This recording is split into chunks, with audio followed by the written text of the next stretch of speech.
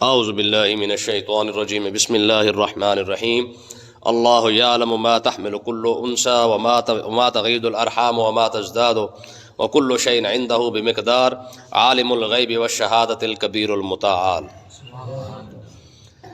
یہاں پہ اللہ تبارک و تعالیٰ نے اپنے علم کو بیان فرمایا ہے، اور ایسا علم جو عالم ارحام کے ساتھ تعلق رکھتا ہے۔ اللہ تعالیٰ نے ارشاد فرمایا اللہ یعلم ما تحمل کل انثی، فرمایا اللہ تعالیٰ بہتر جانتا ہے کہ ہر مادہ نے کیا اٹھایا ہوا ہے، یعنی اس کے پیٹ میں کیا ہے یہ رب بہتر جانتا ہے، ٹھیک ہے۔ اور وما تغید الارحام وما تزداد، فرمایا کہ رحموں کا کم ہونا یا زیادہ ہونا یہی اللہ بہتر جانتا ہے۔ مطلب کیا ہے اس کا؟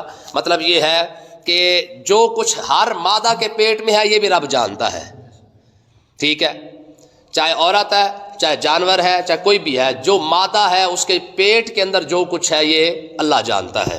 اور دوسری بات فرمایا کہ پیٹوں کا کم ہونا یا زیادہ ہونا یہ بھی اللہ ہی جانتا ہے۔ پیٹ کم اور زیادہ کیسے ہو سکتا ہے؟ اس کا مطلب یہ ہے کہ اگر کوئی مثال کے طور پر جب عورت بچہ پیدا کرتی ہے تو اس کی مدت کتنی ہے؟ 9 ماہ۔ اب چاہے کوئی 8 ماہ میں پیدا ہو جائے یا 7 ماہ میں پیدا ہوگا، یہ بھی رب جانتا ہے کہ کس بچے نے 6 ماہ میں پیدا ہو جانا ہے یا 7 ماہ میں پیدا ہو جانا ہے، اور کس بچے نے جو ہے وہ 12 مہینے کھڑے رہنا ہے، 12 مہینے بعد جا کے پیدا ہونا ہے۔ آپ حیران ہوں گے، ہمارے ایسے ایسے بزرگ پیدا ہوئے ہیں جو 2 سال 4 سال تک ماں کے پیٹ میں کھڑے رہے ہیں۔ امام بخاری 2 سال ماں کے پیٹ میں رہے، 2 سال بعد جا کے پیدا ہوئے ہیں، ٹھیک ہے۔ اور امام ضحاک یہ ایسے بزرگ گزرے جو 4 سال ماں کے پیٹ میں کھڑے رہے۔ اچھا، جب پیدا ہوئے تو ہنستے ہوئے پیدا ہوئے تو ان کا نام ہی ضحاک رکھ دیا گیا، یعنی ہنسنے والا بندہ، ٹھیک ہے۔ تو اللہ تبارک و تعالیٰ کی یہ قدرت ہے۔ فرمایا کہ یہ رب جانتا ہے کہ کون سے بچے نے کب پیدا ہونا ہے، پیٹ نے تھوڑا ہونا ہے یا زیادہ ہونا ہے، یہ اللہ بہتر جانتا ہے، ٹھیک ہے۔ اس کا علم بھی اللہ کے پاس ہے۔ اچھا، اب اس کا علم تو مشین کے پاس بھی آ گیا ہے، اس کا علم تو مشین کے پاس بھی آ چکا ہے۔ مشین بھی تو آپ کو بتا رہی ہے نا کہ کتنے عرصے بعد پیدا ہونا ہے، تو اس کا مطلب یہ ہے کہ یہ جو مشین آج بتا رہی ہے یہ قرآن پہلے بیان فرما چکا ہے۔ ساری زندگی ہماری آیت الکرسی پڑھتے گزر گئی ہے، یعلم ما بین ایدیہم وما خلفہم، آگے ولا یحیطون بشیء من علمہ الا بما شاء، اس کے اندر مشین شامل ہے۔ مطلب کیا ہے اس کا؟ فرمایا کہ یعلم ما بین ایدیہم وما خلفہم، فرمایا اللہ ہی کے پاس سارا علم ہے نا، جو کچھ ہونے والا ہے یا جو کچھ ہو رہا ہے۔ ولا یحیطون بشیء من علمہ، فرمایا کوئی بھی شخص اس کے علم سے جو ہے وہ نکل نہیں سکتا ہے، ہاں الا بما شاء، جسے وہ چاہے علم عطا فرما دے۔ مشین کو دے دیا ہے، اپنے بندوں کو نہیں دیا۔ بات سمجھ آئی کہ نہیں آئی ہے؟ مشین کے پاس علم ہے نا کہ بچے نے کب پیدا ہونا ہے، رب نے اپنے بندوں کو علم نہیں عطا فرمایا ہے۔ تو آیت الکرسی کی یہ الفاظ الا بما شاء، فرمایا کہ اللہ تبارک و تعالیٰ کے وہ بندے جسے رب چاہے علم عطا فرما دے، کوئی اس کا علم لے تو نہیں سکتا ہے، ہاں اگر کرم فرما کے کسی کو علم عطا فرما دے تو اس میں کوئی مسئلہ والی بات نہیں ہے۔ یہ سورت اپنا آیت الکرسی کے الا بما شاء کا لفظ بتا رہا ہے، ہاں جسے چاہتا ہے اسے علم عطا فرما دیتا ہے۔ اور کتنا علم عطا فرما دیتا ہے؟ جس کا جتنا ایمان ہوتا ہے رب اسے اتنا علم عطا فرماتا جاتا ہے، ٹھیک ہے۔ تو اس کا مطلب یہ ہے کہ آج کی یہ وہ کیا کرتے ہیں، ایکس رے کرتے ہیں، کیا کرتے ہیں، یہ جو مشین لگا کے بتاتے جی بچہ ہے، بیٹا ہے یا بیٹی ہے، اور 1400 سال بعد الٹرا ساؤنڈ کر کے، ٹھیک ہے، مشین بتا رہی ہے کہ بیٹی ہے یا بیٹا ہے۔ یار 1400 سال بعد ایک مشین ایجاد ہوئی ہے، رب نے اس کو اتنا علم عطا فرمایا ہے، تو رب نے اپنے نبیوں کو اور اپنے ولیوں کو کتنا علم عطا فرمایا ہوگا، ٹھیک ہے۔ پھر دیکھیں یہ مشین ہے، اس کو بنانے والا بندہ ہے، یعنی بندے نے ایسا سسٹم بنایا ہے نا، جو مشین جان لیتی ہے۔ اگر بندے کی بنائی ہوئی چیز اتنا علم رکھتی ہے تو رب کے عطا کرنے والے جس کو عطا کیا ہوگا وہ نبی یا وہ ولی کتنا علم رکھتے ہوں گے، ٹھیک ہے۔ تو آگے دیکھیں اللہ تعالیٰ نے ارشاد فرمایا وَكُلُّ شَيْءٍ عِندَهُ بِمِقْدَارٍ، ہر شے کا اندازہ اسی کے پاس ہے، ہر شے کا اندازہ اسی کے پاس ہے۔ مطلب کیا ہے کہ کس نے کب پیدا ہونا ہے، کون سے کام نے کب ہونا ہے، کس چیز نے کہاں رکھنا ہے، کہاں بیٹھنا ہے، کون سا کام کب ہوگا، کیسے ہوگا، کس طرح ہوگا، ہر شے کا اندازہ اسی کے پاس ہے۔ اور آگے فرمایا عالم الغیب والشہادہ، غیب کو بھی وہی جانتا ہے اور جو کچھ حاضر ہے اس کو بھی وہی جانتا ہے۔ رب سے غیب کیسا ہو سکتا ہے بھائی؟ رب سے تو کوئی چیز غیب ہے ہی نہیں، تو اس الفاظ کا کیا مطلب ہوگا کہ عالم الغیب و شہادہ، کہ چھپی ہوئی چیزوں کو بھی وہی جانتا ہے اور جو ظاہر چیزیں ہیں ان کو بھی وہی جانتا ہے. چھپی ہوئی تو رب سے ہے ہی کوئی شے نہیں، تو پھر وہ کون سی چھپی ہوئی چیز ہے جس کو رب جانتا ہے؟ نہ، وہ میری وجہ سے نہیں، جو تمہاری آنکھوں سے چھپی ہوئی چیزیں ہیں ان کو بھی رب ہی جانتا ہے. رب کے سامنے تو کوئی شے غائب نہیں ہے، ہاں جو تمہاری آنکھوں سے غائب ہے ان کو بھی رب جانتا ہے. کیوں؟ وجہ کیا ہے؟ فمال کبیر المتعال، سب سے بڑا بھی وہی ہے، شان والا بھی وہی ہے. سب سے بڑا بھی وہی ہے، سب سے بڑا شان والا بھی وہی ہے. اب آگے دیکھیں، اپنی شان بیان کرنے کے بعد اب انسان پر کرم کیسے ہو رہا ہے. ٹھیک ہے جی، اپنی شان بیان کر دی ہے کہ رب وہ ہے جو تمہیں ماں کے پیٹ میں تھے تب سے جانتا ہے. ٹھیک ہے. اچھا، کریم آقا علیہ الصلوۃ والسلام سے ایک شخص کھڑا ہو کے پوچھتا، کہتا ہے یا رسول اللہ من ابی، میرا باپ کون ہے؟ حضور ارشاد فرمارے ابو کا حذافہ. فرمایا تیرا باپ کا نام جو ہے نا وہ حذافہ ہے، تیرے باپ کا نام. اب یہ حدیث پاک کو یہاں روکے ذرا اور مسئلے کو سمجھے. حضور سے ایک بندہ پوچھ رہا ہے کہ میرا باپ کون ہے، اور حضور فرما رہے ہیں تیرا باپ حذافہ ہے. اس کا مطلب یہ ہے کہ نبی لوگوں کے باپ کو بھی جانتا ہے کہ کون کس کا بیٹا ہے اور کون کس کی پشت سے پیدا ہوا ہے. اور یہ بخاری ہے. یہ کیا ہے؟ یہ بخاری ہے. اب مسئلے کو سمجھے، بات یہی ختم نہیں ہو رہی ہے. اولاد باپ کی پشت میں ہے، اولاد باپ کی پشت میں ہے. اچھا کس صورت میں ہے؟ قطرے کی صورت میں. پانی بن کے کھڑا ہے نا، پانی کی صورت میں کھڑا ہے. آپ اس حدیث کو سامنے رکھیں اور ذرا غور کیجئے. نبی فرما رہا ہے کہ تو پانی بن کے جس کی پشت میں کھڑا تھا اس کا نام حذافہ ہے. بات سمجھ آئی؟ اس کا مطلب کیا نکلا؟ اس کا مطلب یہ ہے کہ دنیا اس بات پہ حیران ہے کہ ماں کے پیٹ میں آج جو کچھ آ رہا ہے وہ مشین بتا رہی ہے، لیکن دنیا ایسی مشین ایجاد ہی نہیں کر سکتی ہے جہاں نبی بتا رہا ہے اب ماں کے پیٹ میں تو بعد میں آیا ہے. تو قطرہ بن کے جس پشت میں کھڑا تھا وہ پشت کون سی ہے اس کو نبی پہلے بیان فرما رہا ہے. سمجھ آئی کہ نہیں آئی؟ تو قطرہ بن کے جس کی پشت میں کھڑا ہے. اچھا اس سے آگے چلے ذرا. شواہد النبوہ کے اندر امام جامی فرماتے ہیں کہ حضور حضرت جابر ایک مرتبہ حضور کے سامنے سے گزرے تو حضور نے فرمایا جابر تجھے ایک بات بتاؤں. جب حضور حضرت جابر آئے نا قریب، حضور نے ارشاد فرمایا جابر تجھے ایک بڑی حیران کن بات بتاؤں. یا رسول اللہ ضرور بتائیں. حضور نے ارشاد فرمایا جابر میرا بیٹا حسین ہے نا یہ بڑا ہوگا. یہ حضور کے وصال کے وقت پتہ ہی امام حسین کی عمر کتنی ہے؟ 6 سال. کتنی عمر ہے؟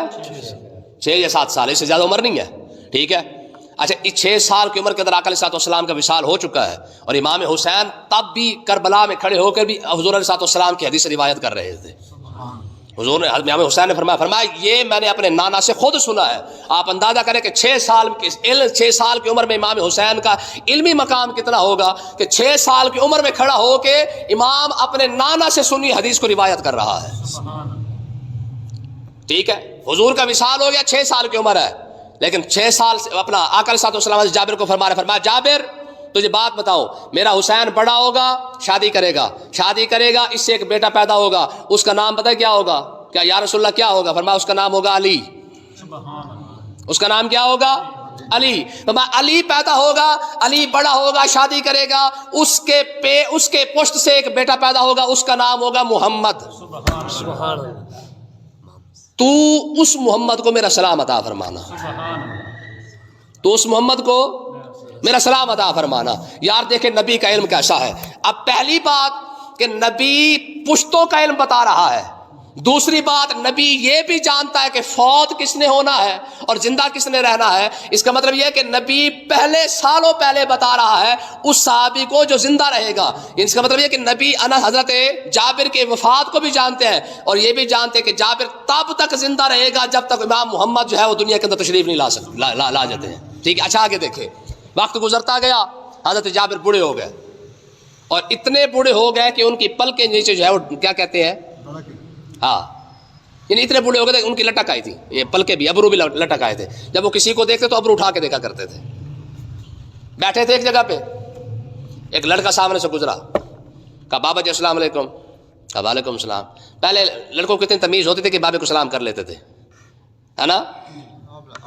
ہاں وہ کالج یونیورسٹی نہیں گئے تھے نا. اچھا فرمایا وعلیکم السلام. تو بابو کی عادت ہوتی ہے ہاں بھائی کندا پتر ہے کندا منڈا ہے، ہوتا ہے نا. تو آپ نے پوچھا بھائی ہاں بھائی کیا نام ہے تمہارا؟ کہا جی محمد۔ کہا کس کے بیٹے ہو؟ کہا جی علی کے۔ فرمایا ادھر میرے قریب آ۔ جب قریب آئے نا کہا پورا نام بتا۔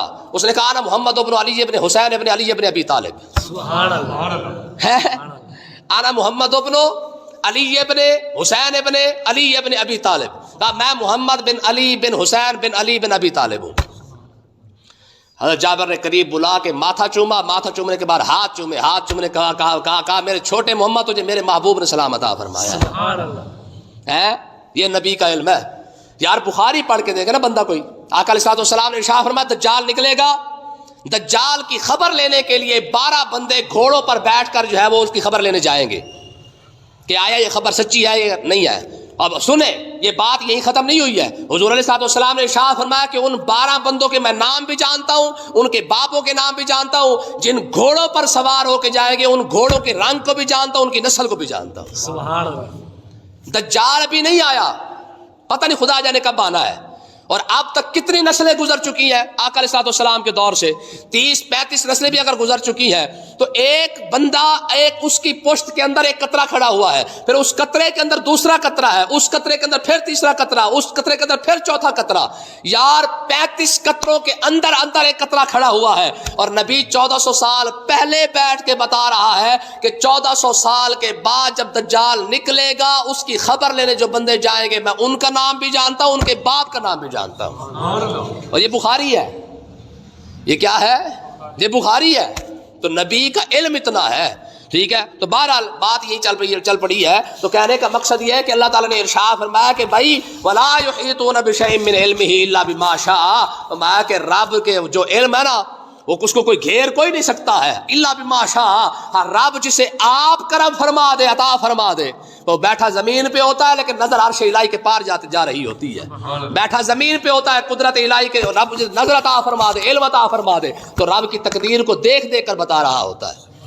آگے دیکھیں جی، انسان پر کرم دیکھیں، ٹھیک ہے۔ انسان پر کرم کیا ہو رہا ہے؟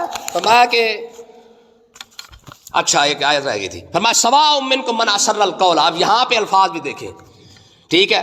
اللہ تعالیٰ نے ارشاد فرمایا کہ سواء منکم من اسر القول ومن جہر بہ، فرمایا کہ تم جو ہے نا تم سارے انسان، فرمایا کہ میری نظر میں ایسے برابر ہو، من اسر القول، جو چھپ کے بات کرے میں اس کو بھی جانتا ہوں، ومن جہر بہ، اور جو کھلی بات کرے یعنی دکھا کے یا بلند آواز سے بات کرے میں اس کو بھی جانتا ہوں، ہے جو چھپ کے بات کرے اسے بھی جانتا ہوں، اور جو بلند آواز سے بات کرے اسے بھی جانتا ہوں۔ ومن هو مستخف باللیل، فرمایا کہ جو رات کو چھپ کے جو کچھ کر رہا ہے وہ بھی جانتا ہوں، وسارب بالنہار، ٹھیک ہے، اور جو دن میں راستے پر چل کے جو کچھ کر رہا ہے میں اس کو بھی جانتا ہوں، ٹھیک ہے۔ علامہ صابری رحمۃ اللہ علیہ اس فرماتے ہیں خدا کی قسم اگر کوئی یہ آیت اپنے ذہن میں رکھ لے ساری زندگی کبھی گناہ ہی نہ کرے۔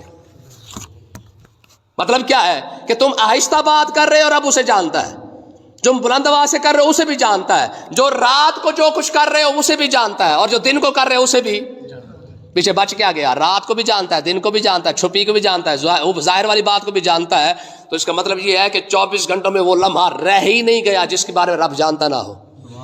اب بندہ ذہن میں رکھ لے، میں بار بار کہتا ہوں نا ہماری قوم کو خدا کی قسم پٹھے راستے لگا دیے گئے، کیمرے کی آنکھ دیکھ رہی ہے۔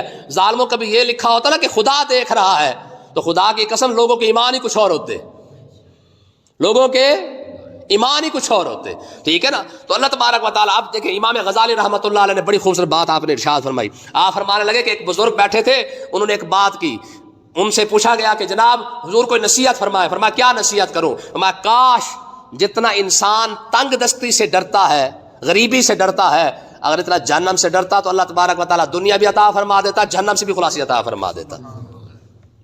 جتنا غریبی سے ڈرتا ہے، غریبی سے ڈر کر جو ہے وہ بےایمانی کر لیتا ہے، تو میں اگر تنگ دستی سے ڈرنے سے جہنم سے ڈر لیتا یہ زیادہ بہتر تھا۔ اور پھر آگے کیا فرمایا؟ فرمایا کہ اللہ جس طرح انسان دولت سے محبت کرتا ہے، اگر جنت سے محبت کر لیتا تو رب دولت بھی عطا فرما دیتا۔ یاد سمجھ آ رہی کوئی نہیں آ رہی؟ جتنی دولت سے محبت کرتا ہے اگر جنت سے محبت کر لیتا رب دولت عطا فرما ہی دیتا۔ اور اگلی بات فرمایا کہ جتنا انسان ظاہر میں لوگوں سے ڈرتا ہے، اگر اس طرح اللہ سے ڈر لیتا تو اللہ تبارک و تعالیٰ اس کے ظاہر کو بھی اور اس کے باطن کو ایک کر کے دنیا جہان کی خوشبختی عطا فرما دیتا۔ ٹھیک ہے جی. تو یہ امام غزالی رحمۃ اللہ علیہ کا قول ہے. آگے دیکھیں جی، اب آئیے انسانوں کی بات. فرمایا لہو معقبات من بین یدہ و من خلفہ. یار دیکھو یار رب کا کرم کیسا ہے.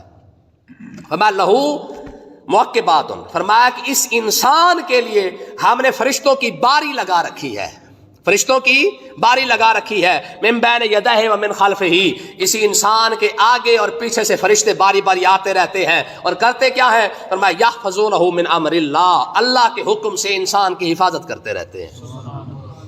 اللہ کے حکم سے انسان کی حفاظت کرتے رہتے ہیں. یار اب دیکھو یار، یہیں سے مسئلہ سمجھ لو کہ ایک تو اللہ کا کرم دیکھیں انسان پر. اس لیے حدیث پاک کے اندر آتا ہے کہ آقا علیہ السلام نے ارشاد فرمایا ہر انسان کے ساتھ اللہ تعالیٰ نے ایک فرشتے کی ڈیوٹی لگا رکھی ہے.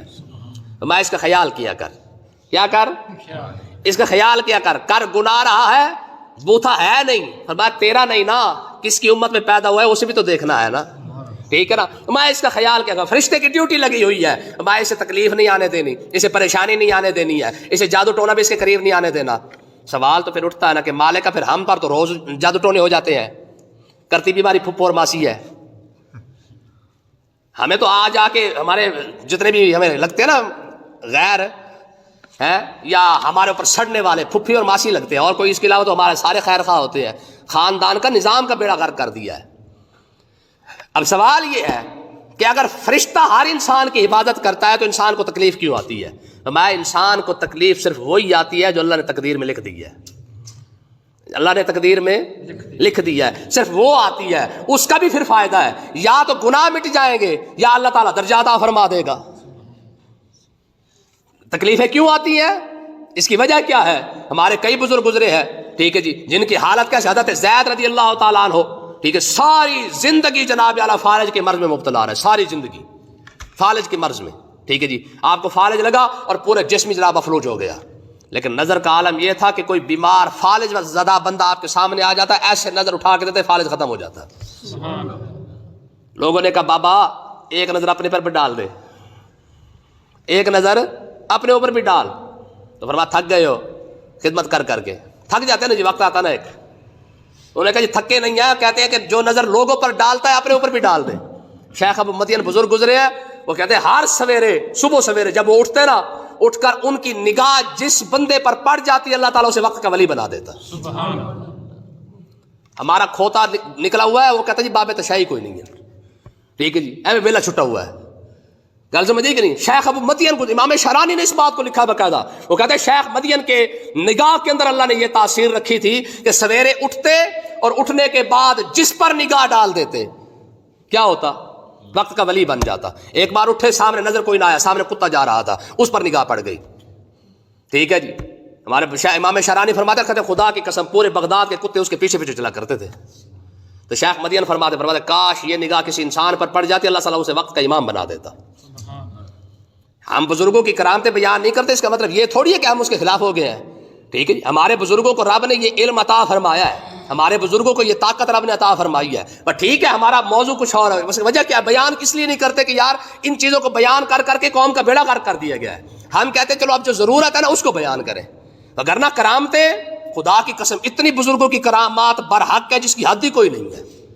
ٹھیک ہے جی، ہاں. تو بہرحال ہوا کیا؟ اللہ تعالیٰ نے ارشاد فرمایا کہ ہم نے فرشتوں کو انسان کا محافظ بنایا ہے. مسئلہ تو یہاں سے بھی ثابت ہو گیا، اگر انسان کی حفاظت فرشتے کر سکتے ہیں تو انسان کی حفاظت اللہ کے ولی کیوں نہیں کر سکتے یار؟ اور گل سمجھے کوئی نا؟ ٹھیک ہے نا جی، اللہ کا ولی تو فرشتوں سے افضل ہے نا. عام مسلمان افضل ہے فرشتوں سے. ٹھیک ہے جی، 4 فرشتے ہیں جو وہ مکرم ہے، لیکن اس کے علاوہ باقی جتنے فرشتے ہیں وہ تو سارے انسان عام مسلمان جو فرشتوں سے زیادہ افضل ہے. جب رب کے فرشتے بھیجے ہوئے وہ انسان کے محافظ ہے تو اللہ تعالیٰ کے ولیوں کے پاس تو پاور اس سے زیادہ ہے. وہ تو ایمان کے بھی محافظ ہے اور جان کے بھی محافظ ہے اور حفاظت کر سکتے ہیں، اور اس میں کوئی فرق نہیں پڑتا ہے. بات سمجھ آئی کہ نہیں آئی ہے؟ دیکھیں ہم یہی کہتے ہیں مشکل کشائی اسی چیز کا نام ہے. جس طرح رب نے فرشتوں کو یہ طاقت عطا فرمائی ہے کہ جا کے میرے بندے کی حفاظت کرو، ہم بھی یہی کہتے ہیں اللہ کے بندے یہ رب نے اپنے اولیاء کو یہ شان دی ہے، دی ہوئی ہے، ان کی اپنی نہیں ہے. جس طرح رب نے فرشتوں کو شان دی ہے کہ جا کے بندے کی حفاظت کرو، ایسے رب نے ولیوں کو بھی یہ شان دی ہوئی ہے کہ میرے بندوں کے ایمان کی بھی حفاظت کرو. دیکھیں نا جی، اب نبی تو کوئی آنا نہیں ہے، ہمیں بچائے گا کون؟ کوئی ایسے تو ہونے چاہیے نا جو کم سے کم ہماری جان کی بھی حفاظت کریں، ہمارے ایمان کی بھی حفاظت کریں، ہماری روحانیت کی بھی حفاظت کریں، ٹھیک ہے؟ تو اللہ تبارک و تعالیٰ نے ارشاد فرمایا ہم نے فرشتوں کو بھیجا ہے، کس لیے بھیجا ہے؟ تاکہ انسان کی حفاظت کرتے رہیں۔ آگے ایک بہت بڑا موضوع ہے، اس کو کل انشاءاللہ پڑھیں گے۔ اللہ پاک سمجھنے کی توفیق عطا فرمائے۔